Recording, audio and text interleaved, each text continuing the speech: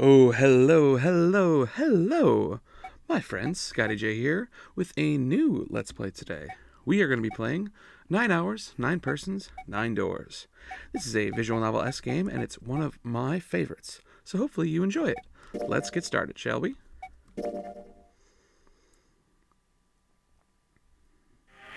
Alright, did overwritten. This game is fiction. All names, characters, and incidents portrayed in this production are fictitious.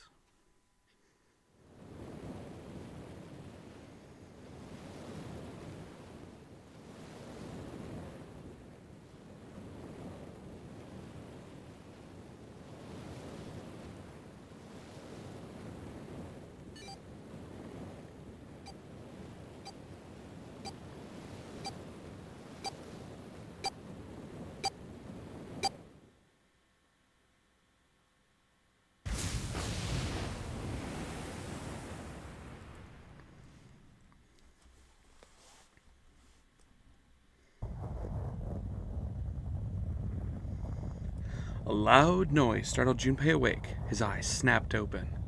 As they adjusted to the light, he realized that he didn't recognize his surroundings. Ow!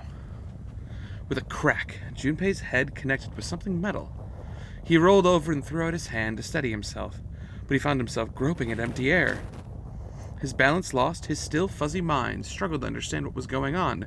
Junpei tumbled to the cold gray floor. Ow! God damn it! God, what the hell? Junpei glared around the room, still trying to determine where he'd woken up. The fall had shaken the last cobwebs of sleep from his mind. He finally understood where he had fallen from. It was a bed. A 3-level bunk bed, in fact. Junpei had fallen, apparently, from the topmost bunk. His shoulder hurt, his knee hurt, his hip hurt, his entire body hurt. He could feel a bump forming on his forehead, where he'd slammed it against the low ceiling. He wondered if that bump was the reason he felt his vision wavering a bit, but that seemed unlikely. At first, he thought the tremor that ran through his legs was just another effect of his rude awakening, but as he looked around, he realized it was real. The whole room was shaking. Was it an earthquake, he wondered? It didn't seem likely. It was shaking far too quickly for an earthquake. Then again, Junpei had no idea what it was, if not an earthquake. He tried to tell himself it wasn't important. Junpei rubbed the growing bump on his head and gingerly climbed to his feet. His balance regained, he finally took his first good look around the room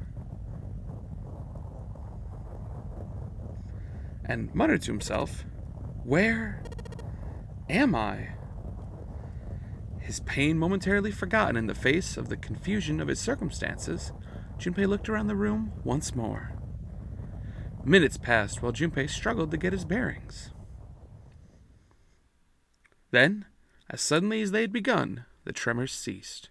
A cold silence fell over the room. From somewhere far away, Junpei could hear the sound of metal squeaking. He felt his stomach tighten.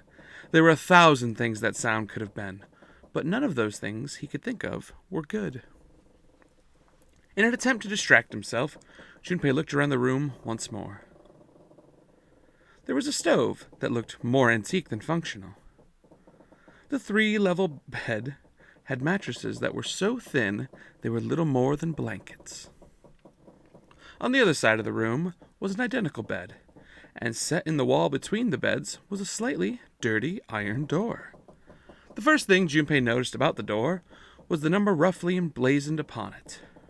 On the surface of the door, in red paint, someone had written 5. 5? What's this 5 mean?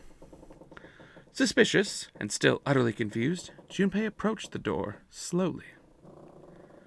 Standing at last in front of the door, Junpei grabbed hold of the L-shaped handle. A push yielded no movement, and a pull the same result. A few more tries cemented the truth in Junpei's mind. It wouldn't open. It didn't matter how much he pushed and shoved, the handle wouldn't budge. Next to the door was an odd-looking device that reminded Junpei of a card reader. It didn't take a genius to figure out that the odd-looking device was keeping the door shut. Junpei knocked hard on the door. Hey! Hello? Is anyone there? Open the door! There was no response. Junpei threw his left fist into the door and stopped. What the hell is this?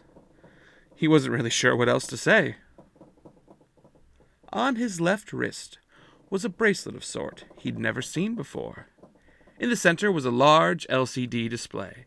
It looked like nothing else so much as a watch, but it clearly wasn't that. After all, it showed only a single digit. 5. That's the same as the door. True, the numbers were the same, but he had no idea what that might mean. All he knew was that it was strange, new, and he wanted it off. Junpei flipped his hands over as to remove the watch, but the other side of the bracelet was solid. No buckle, no clasp, nothing. He sighed and flipped the thing back over. There were a number of rivets around the rim of the face. Perhaps. He pushed them, but nothing happened. On a watch, they might be dials for adjusting date or time, but on this bracelet, they did nothing. Junpei was at a loss. What was he going to do? Growing more desperate, he began to tug at it. However, damn! Ugh, it's no good. Damn thing won't come off. A steel ring ran from the face around Junpei's wrist and back to the face. He wouldn't be pulling this bracelet off any time soon. What the hell's the deal with this thing? Frustration and desperation were beginning to mix as the reality of the situation began to dawn fully on Junpei. So much was happening, and none of it made sense. Junpei felt as though he was about to explode. Where am I? And why the hell am I here? Why? Why? What the hell happened to me? It was at that moment that he noticed the window. The window was round, rimmed in riveted brass, like a window from an early 20th century ship. What? Wait, am I on a ship? Junpei walked slowly towards the window. He could see nothing beyond it but thick, impenetrable darkness. Junpei squinted, trying to see something, anything. It was at that moment. Oh, what the... Oh, you gotta be kidding me. What the hell is going on here?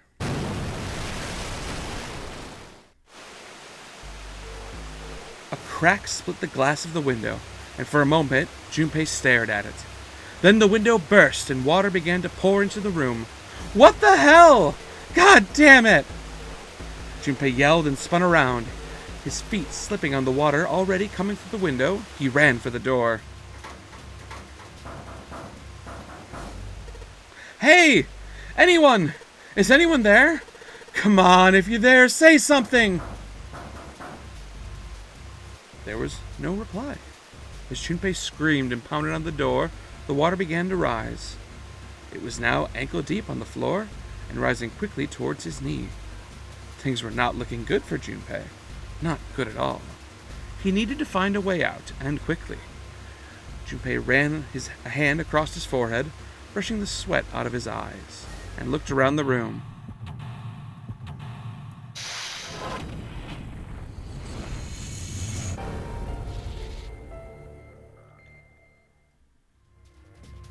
All right, and with a room quickly filling up with water, I welcome you officially to 999. Let's get started, shall we? Operations during an escape. During an escape, you can move to different parts of the room by touching the bottom screen. Ooh, oh boy. Since many areas require very exact selection, we recommend using the stylus. Oh boy, I shall. Searching during an escape. During an escape, you can touch the background to search anywhere in the room. Areas you can investigate will be highlighted yellow the moment you touch them.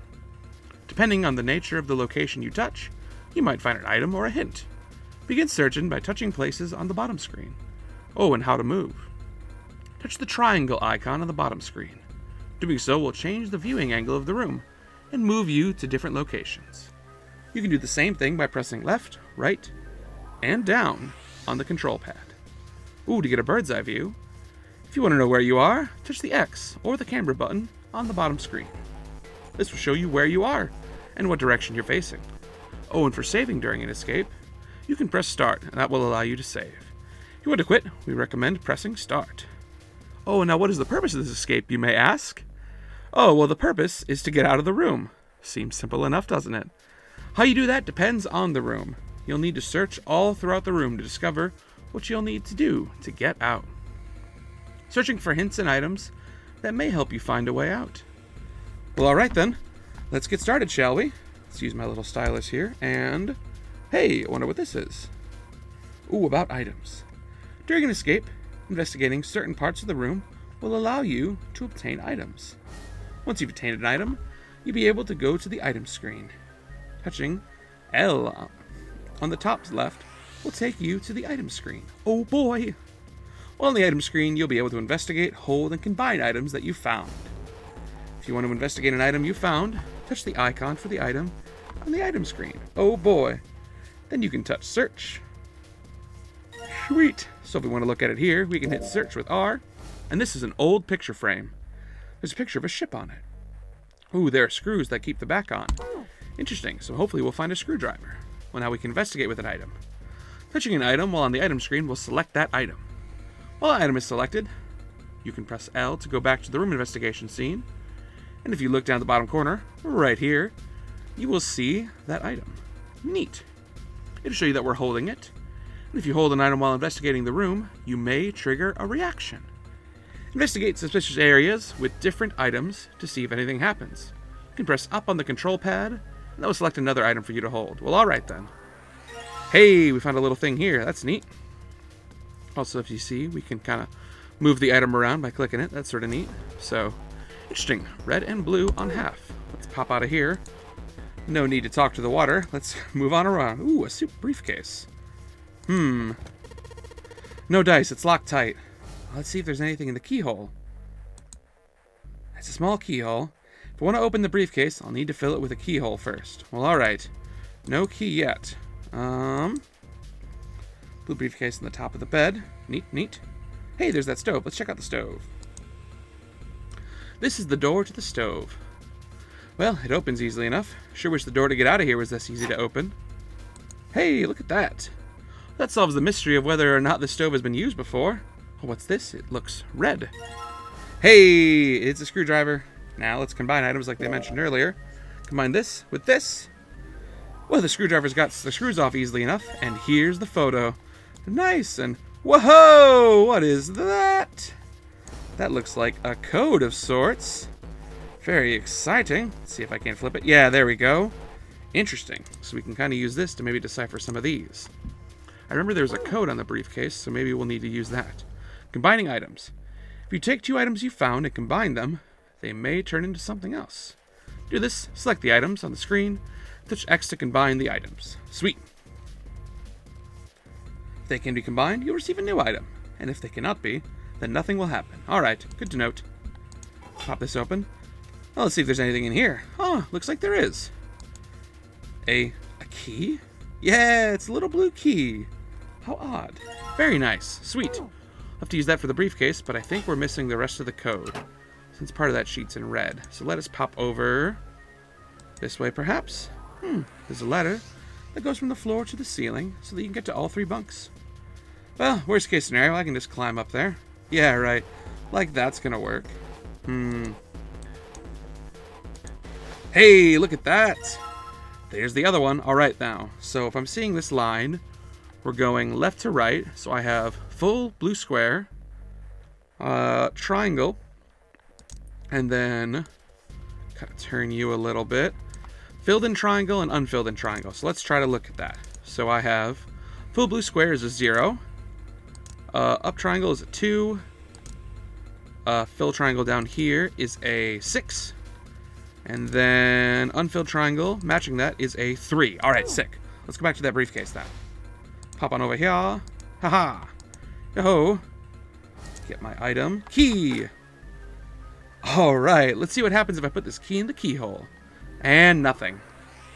Guess I'm gonna need some sort of code for the dial. Minigames! During an escape, your investigation may trigger one of several minigames. All operations for minigames are done by touching the bottom screen. Some minigames will require you to manipulate something, while others only require you apply the right object or touch the right thing. Alright, so we gotta touch the dial to cause the numbers to move. Now if I recall, our code is 0263, we think, right? Alright, let's give it a shot, shall we? So 0, 2, 6, 3, spin. Hey, alright, let's see if these numbers work. Turn to the key and, hey, it looks like it's working. Yes! Alright, let's open it up. Yes! Oh, it opened! Looks like there's something in here. What is this? A file? Ooh, the file screen. If you find any documents or notes during an escape, the information will be available from the file screen. Neato. Open the file screen, touch the R, da-da-da-da-da-da. So pretty much we can use the file screen to look at past things, either things we find in here or tutorials that we've been given before. It's quite nice. Alright, let's see what's in this file. A digital root. Let's see here. Compute a digital root with the following steps. First, add all the numbers in question to one another. If you end up with something greater than a single-digit number, add the digits to one another again. For instance, if you have a double-digit number, add the first number, the tens place, to the number in the ones place. Keep adding digits in this manner until you have a single-digit answer. That final single digit is your digital root. For example, if you took the number 678, that would be 6 plus 7 plus 8 equals 21. 2 plus 1 equals 3. So therefore, the digital root of 678 is 3. Digital root, by the way, of 1, 2, 3, 4 would be 1 plus 2 plus 3 plus 4, well, that equals 10. 1 plus 0, well, that's 1. So the digital root of 1,234 is 1. I see. So I just keep adding numbers until I get a single-digit number. Oh, it looks like there's something on the back of this thing. A notebook, a pen, a calculator, and a stack of key cards, huh? Hey, sick. Maybe that will let us be used on the door? New material has been added to the file screen. Ooh, we got a calculator. Yes, that's right. You can use the calculator during an escape. You just press the Y button, and that'll open it right on up. Pretty neat, huh? Use the calculator. Numbers at the top are your calculations, and on the bottom are your answers. How very convenient. You can also use it to calculate digital roots. Sweet. Alright, let's get on out of here. So if you want to see, file screen looks like this. Learn about digital roots, controls, all that fun stuff, and they'll add plenty as we go along. And if I hit this, there we go. There's your calculator. Not bad. Now, if I recall, only this first escape room is super tutorial heavy. Everything afterwards is quite nice. So hopefully it's not too distracting for you. These cards with numbers on them. Pretty sure this is where I'm supposed to use them. All right, let's slide this card and see if it works. And all three are in. Uh-oh. Huh? It's not working? Why? Ah, damn it. Do I need some other cards to get this to work? Shit, I need to find more cards now. Well, all right, pop on out. Pop on out. Let's go over here. Are there cards here? Oh, but there's a red key. Sick. A small red key. Let's go. So there's probably a red briefcase somewhere then. Junpei grabbed the key and shoved it into his pocket. He intended to leave immediately, but something stopped him. His reflection stared back at him from the mirror, but he scarcely recognized himself. Oh, what's up with my face? His confusion was well justified. His face was drawn and pale, and the dark circles under his eyes made him look as though he were nearly dead. Man, what the hell happened to me? How did I end up here? Even as he said it, something in his mind opened, and a memory bobbed to the surface. It was the last thing Junpei remembered before waking up in this strange room. It was past midnight when he came home. Junpei shuffled up the stairs and opened the door to apartment 201. Inside was his apartment, a small one-bedroom affair that ran him about $630 a month. He moved in when he'd entered college, and so far he'd been there for 3 years and 7 months. He stepped inside and turned on the lights. The fluorescent lights on the ceiling blinked and flickered slowly to life, as if waking up from a deep slumber. Their cold light illuminated the landscape he'd come home to so many times before. Everything was as he'd left it. The magazines were piled up in the corner, the textbooks collecting dust, the CD cases covering the floor, the jeans and t-shirt he'd worn the day before, then tossed on the floor. There was one thing that didn't belong, however. There was a breeze. Breaths of cold night air wafted into his apartment, carrying the smells of autumn with them. The white curtain framing his window swayed gently in the wind. Huh, that's weird. Did I leave that open? Junpei walked towards the window, trying to remember if he'd closed it or not before he left. One of the panes was just hanging open. He stuck his head out and looked around. Nothing seemed out of the ordinary. Junpei shrugged. He must have left it open earlier. He closed the window. Then it happened.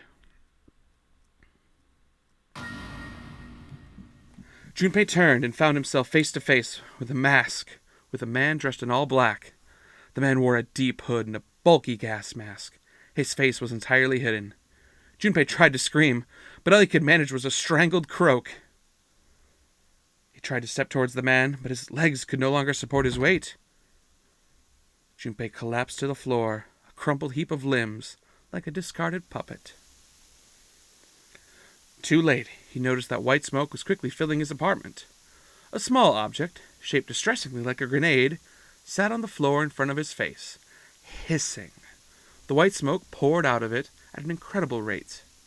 The smoke had grown so thick that the details of Junpei's apartment began to fade into the white haze. He could feel his mind begin to fade as well, a white haze that was not the smoke creeping into the edges of his vision. Consider this a privilege. You have been chosen. A rasping voice wormed its way out of the gas mask. It was cold, harsh, and distorted in some way Junpei just couldn't put his finger on. You are going to participate in a game. The Nonary game. It is a game where you will put your life on the line. That was the last thing Junpei remembered. The white smoke overpowering him, the masked man faded from his vision, and he felt his consciousness fall into the white mist. That's right! Oh, that guy with the gas mask! That son of a bitch must have taken me here! As to who the man was, or might have been, Junpei had no idea. Indeed, he wasn't even sure that his assailant had been a man.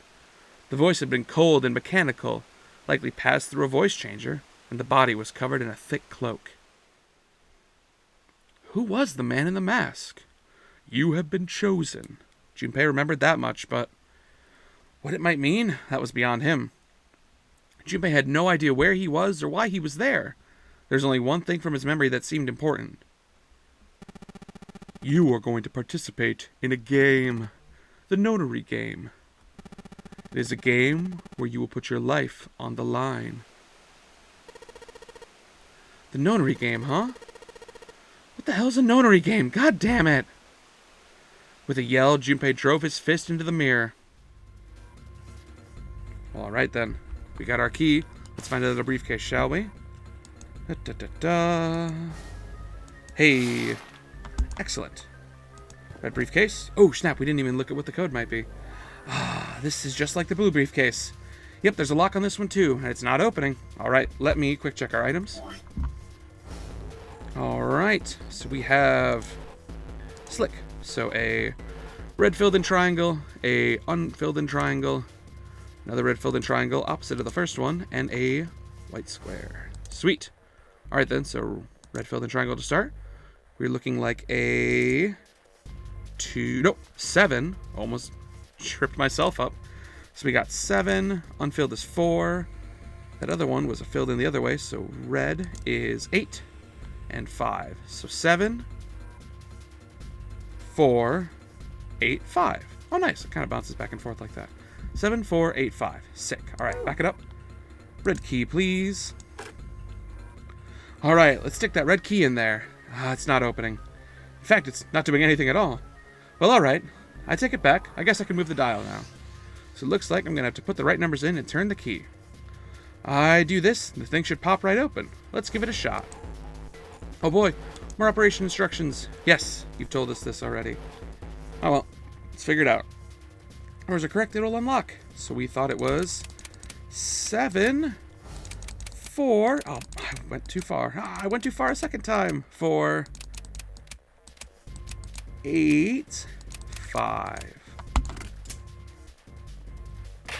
Hey, it worked! I unlocked it. All right, what's inside? It's opening. Ooh, more key cards. Excellent. This is probably what we needed. Let's pop on out. Pop on this way. Out this way. Over to the device. Use the red cards. Damn it! Not again. There aren't any more cards in here. I've only got one other hint. Oh, of course! The files! The file said something about a digital root. A digital root. The digital root, huh? What am I supposed to do with... There's a 5 on the door. Do I have to get a digital root of 5? I'm not really sure about this. Whatever, it's worth a shot. Let's see if this works. I'll just slide the cards that give me a digital root of 5 through the reader. Hey! More operating instructions. So we have to use 3 cards to get a digital root of 5. Let's give it a shot. And then touching reset will deselect all the cards we're currently using. After you selected 3 cards, please touch the device. All right. So we need to do some math here. Let's look at... so 1, 2, 3 is 6. So that's not correct. Well, we probably need something that equals... So 5. We need 14. So 7, 6, and 1. Yes. Okay, cool. 1, 6, 7, 5. Let's go. All right. I think it's going to work. There we go. That's a new noise. Huh? Did it just unlock? Oh, that light was red and now it's blue. No doubt about it. Oh, there's nothing keeping me in here now. Time to go. Sweet. Let's get out of here. The door. Yes, it worked.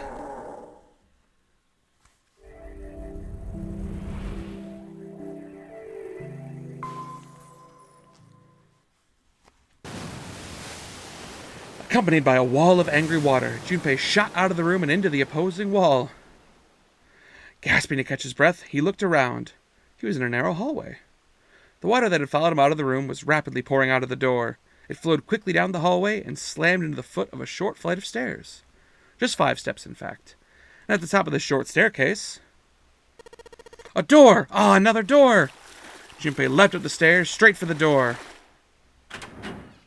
The door burst open and Junpei exploded out of it, only to freeze in his tracks. What other possible response could there have been for what he saw? What the hell? His voice trailed off, and all he could do was stare. Oh, snap. A polished floor stretched out before him, ornate staircases rising up from the edges, each one of them equidistant from the other. The stairs and pillars were solid wood, and Art Nouveau establishments and decorations covered the walls and pillars. It looked like nothing so much as the entrance to a luxurious mansion from the early 1900s. Junpei knows its history, you see. Junpei couldn't help but wonder, was he really in a ship? The water quickly filling the hallway behind him suggested that yes, he was. As he looked, a fresh wave rolled out of the room he'd been in, gathering speed as it moved towards the door. Yeah, that's what I thought. This is totally a... Wait, what the hell? A wave? Shit! I gotta get out of here! Junpei spun around, his wet shoes squeaking in protest on the polished floor, and he ran towards the tremendous staircase in front of him. Well, C deck. Continues running. B deck. As he ran, he glanced quickly at the plates mounted to the wall, denoting the decks of the ship. He took the stairs 2 at a time, not entirely sure where he would find himself. Just as he began to wonder where, in fact, the stairs did lead, Junpei saw another person out of the corner of his eye. He stopped short, nearly tripping over the next stair, and looked. It wasn't just one person he'd seen. On the landing to the left of the stairs were 4 people staring at him. And on the right side, 3 more. All told, there were 7 of them. It looked as though they'd been on their way down the stairs. They'd stopped short when they saw Junpei, their eyes wide. He'd done the same, of course, and now they stood there, staring at one another. Junpei didn't move. One place one foot placed awkwardly on the next, in the middle of a stride. Who were these people? Who were these people indeed, I wonder? I think we'll try to find the answer to that one next time. All right. Anyway, this was Scotty J saying thank you for hanging out with me today, and we will play some more 999 again. Hope you liked it. Let's see here. Start. Yes, there we go. Let's save. All right, and we're good. All right, I'll see you around. Bye-bye.